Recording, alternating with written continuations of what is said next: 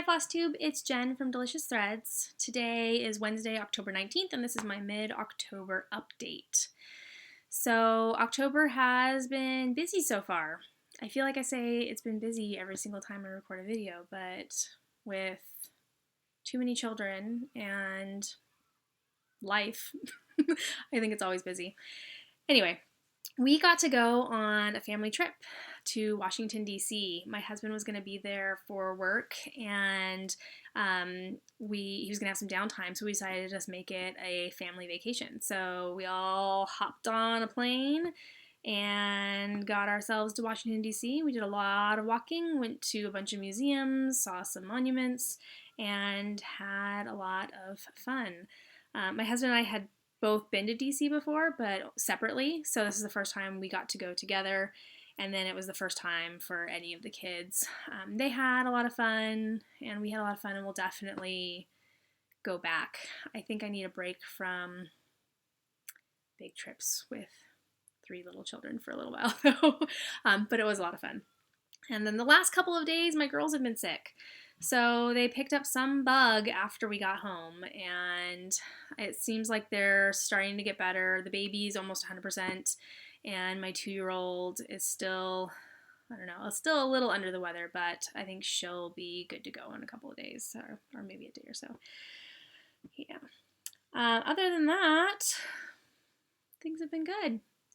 And I've got some stitching to show you, including a new start. Excited. So the first project I worked on this month, I think I actually worked on the same day I recorded my end of September update. And so it didn't really stitch much, but it's my National Parks Birthday Club from Frosted Pumpkin Stitchery. And in the last update, I had this land and these gray triangles at the bottom. And I just added this little bit of yellow in the border at the top, or I don't know what they call them. Little detail there. And I'm stitching this on Ren from Picture This Plus. It is not the called for fabric. And I've got my little fall rhinestone leaf needle minder. And if you recall, I'm stitching that one for my mom. No big plans for when it needs to be done, so I've kind of just been taking it slow. The next project I worked on was actually the project I took with me on vacation. I had grand plans that I was going to stitch a whole bunch and make this all beautiful, and that did not happen at all. It's my Once Upon a Time sampler from Frosted Pumpkin Stitchery, and I'm working on the October block, which is Cinderella. And before we left for vacation, I had the purple dress and the skin and about half of the hair for the fairy godmother. So while I was gone, all I was able to stitch was, I think, the top 2 rows of her hair and the tiny bit of white that you see in her wings. So I have a lot to work on for October here. And this is on Crystal. Why do I always blank on this one? Crystal Doubloon from Picture This Plus, which is the called for fabric for the pattern. And I'm using my little fairy tale characters needle minder.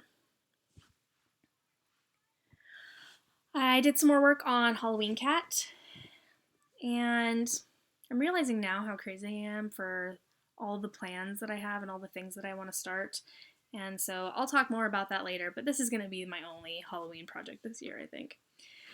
So last time you saw Mr. Halloween Cat, I had just his face. So I think up to like where the they're not really eyebrows, but eyebrows are. And I was able to add all of his hat, and I did a little bit of his tail, but that's because I wanted to do his mouth and his whiskers, and they go into the tail area. You see that there? So I did a tiny bit of the tail so I could add that in. So a lot more to do on this one, and this is one of fabric that I hand dyed myself to be kind of a periwinkle blue, kind of like what's called for the pattern. And I have a little rhinestone Halloween kitty, and I don't know why I have 2 on here. I also have a soft kitty there. My new start. giant Harry Potter. I finally started it. I said I would, and I actually have something to show you. This is what I've done so far. This is the top part of the pattern, and as much as I told myself that I was going to be able to start in the top left for this, since I'm a serial center starter, I wasn't able to do it. So I compromised and I started in the center of the top. So Stephanie and I, from Stephanie's Tiny X's, are doing like a laid back stitch along on this and trying to finish it in about a year. So took the pattern and broke it down into 12 chunks so that could try to finish it by October of next year. So we started October 3rd. My sister's birthday is in October, and this is going to be a present for her. And so I thought it would be nice to have it in time for her birthday. If not, it's not a big deal. Maybe I have a feeling now that I've started it that it might be a crazy endeavor to finish this in a year and work on other projects. So if I don't get it done until Christmas or the next year or whatever, it's going to be okay. But I kind of wanted to give myself sort of a deadline and like mini goals to meet so that I would keep working on it and not set it aside and forget about it. So the first little chunk that we're trying to do is the border from like the top third of the pattern. So all of these kind of leafy pieces and then kind of down the sides a little bit. And I've skipped some of the stuff in here. Like on the pattern, there are some like red bits here, and then there are some golden kind of balls in these little blank areas. And I'm going to be stitching those pieces in Petite Treasure braid. And so I'm going to be doing the house colors. And then my sister wants the ones from the movie, so I won't be changing the Ravenclaw ones. I'll be keeping for like or to make them like the book, so I'm going to do the movie ones. So for Slytherin, I'm going to be using silver Petite Treasure braid, and then for all the little balls, I'm going to be using gold. So I'll stitch those after my Petite Treasure braid gets here. If it ever gets here.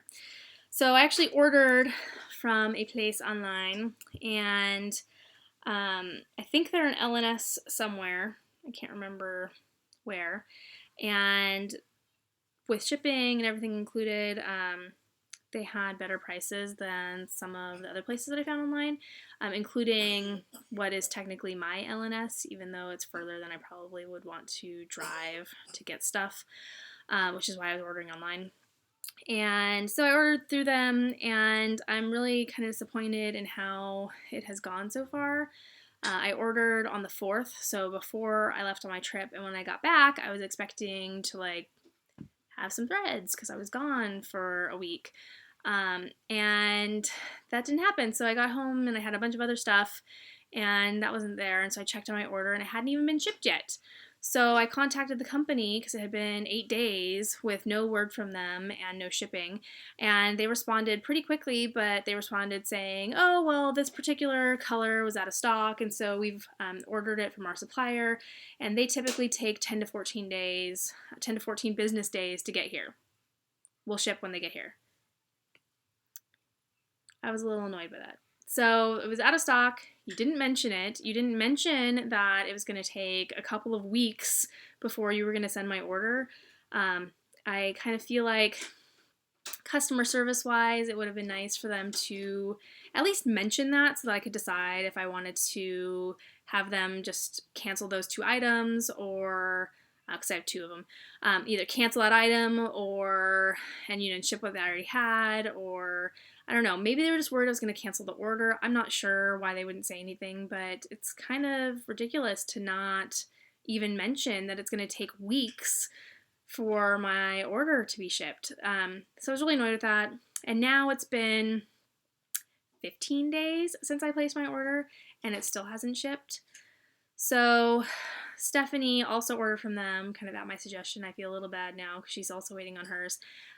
She asked them for an update, and they said that they should have the thread soon, and hopefully the orders will ship by the end of this week. So I should get some stuff.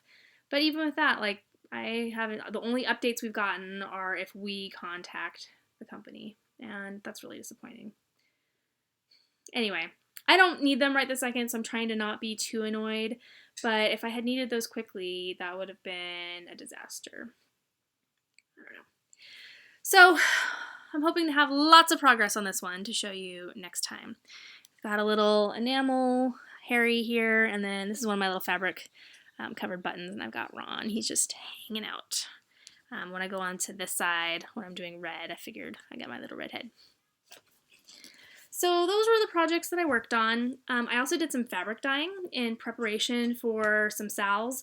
I've already talked about the Tempting Tangles sal, the welcome sal, and that's the one where they were going to do it every 3 weeks, but now they're doing it every 2. It's floral in design, so far at least.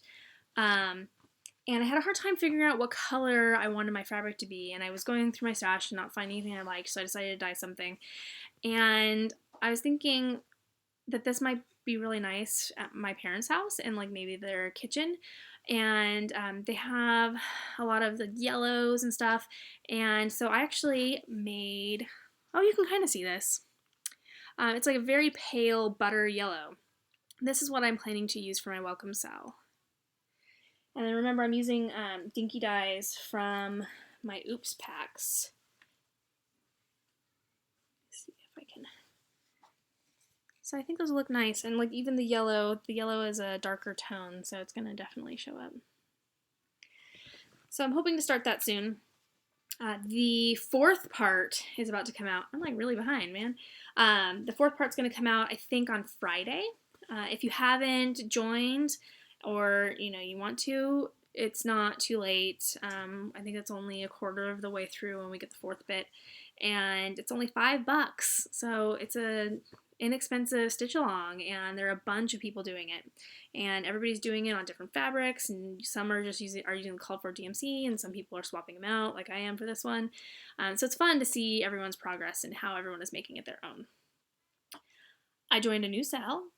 Haven't stitched yet, but I joined. It's the Ship's Manor Beautiful Sea sal, and it's done in a Quaker style, like a Quaker style sampler. And Ship's Manor, if you've seen their other stuff, you can kind of see what the style is going to be like. And I ordered, so there's a little bit of haul in here too, I ordered the Ship's Manor flosses, and they are hand-dyed flosses that they've done themselves, and smell good.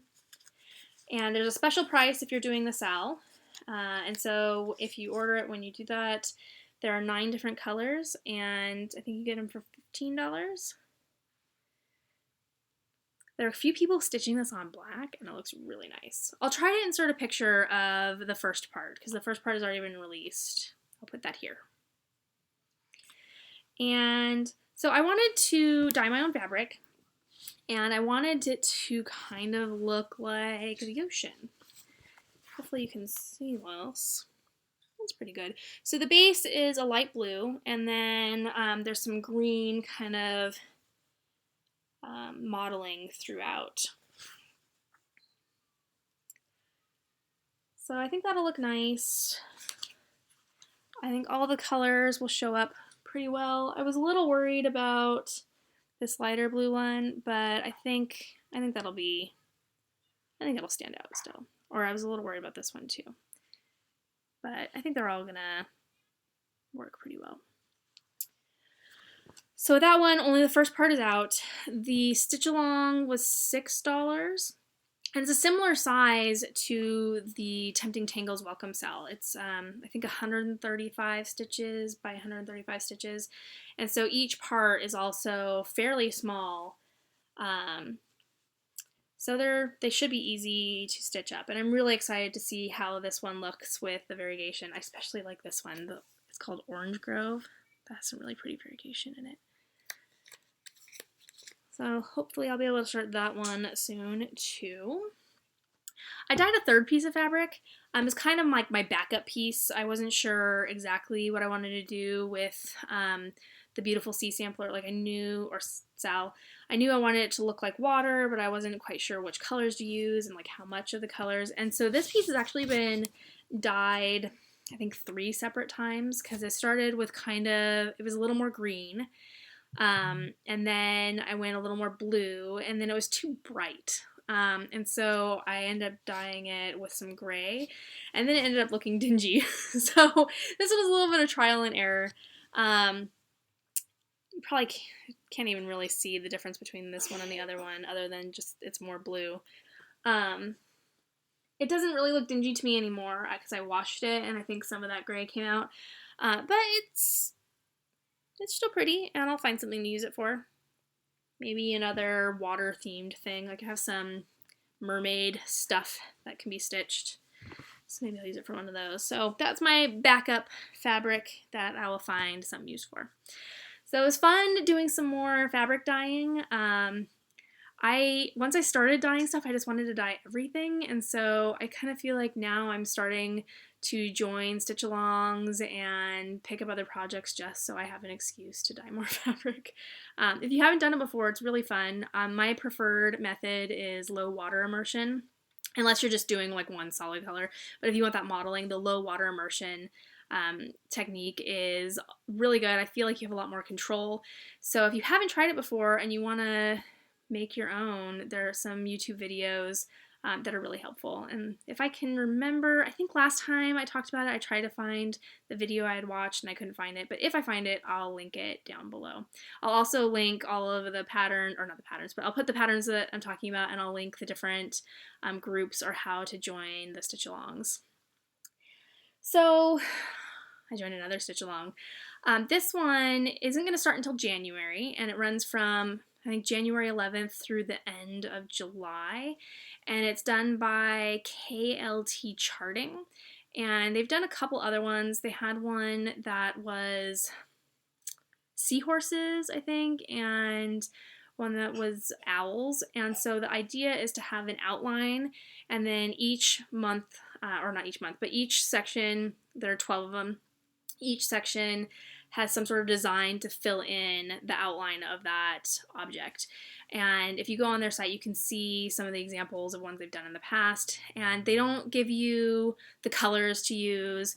It's all charted in black and gray, so you can decide for yourself what you want them to look like. And I was thinking this would be fun to do with some variegated threads, like just do the outline in like black. And then maybe use some variegated threads. I bought the whole Coloris set and with no plans for it, and I was like, oh, that might be a good way to use those threads, or I could use it as an excuse to hand dye some floss for myself. So we'll see. This one is called the Love Hearts Sal, and I will put a picture of what the outlines will look like here. So they're just hearts, so I kind of like that. Like looking at the other ones, the owls are kind of cute. I like the seahorses a lot that they did before, but I feel like maybe the hearts are good because it's such a simple outline. The designs inside are going to stand out more, and let me see if I can find the description actually. Talked about how there will be at least one blackwork design, and I haven't done any blackwork, so I'm excited for that. But it says that each love heart will be filled with varying patterns, and not to give away too much, but she can confirm there's at least one or more blackwork patterns. And then you can look at examples of past sals. So they have a bunch of the release dates. Starts January 11th. The last release date is June 14th.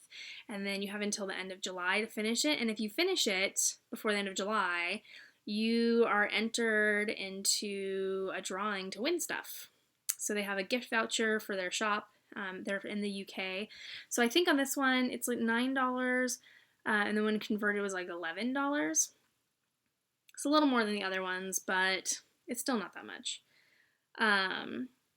They said they aren't going to have a thread usage summary because you get to pick whatever you want to do. So I thought this would be a fun one to kind of play with, and again, it's going to be something where you're going to see it and everybody's going to make it their own. And there is a Facebook group for the stitch along, so once you buy the pattern, you can request to be added to the group. So excited for that. Hopefully I don't know. It doesn't start till January, so I should be able to get some of my other stuff done before that pops up. The overall pattern I think is like 200 stitches by 150 stitches, and each release is about 50 by 50, so not too big, a little bigger than the Welcome Sal or the Beautiful Sea Sal.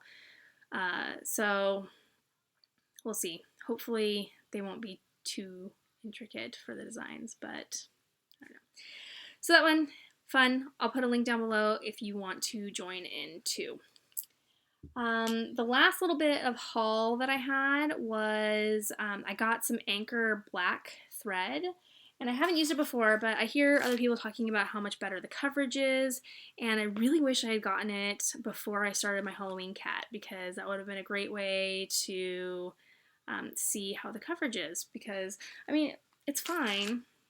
I feel like coverage is okay. I mean, you can see some of the fabric through.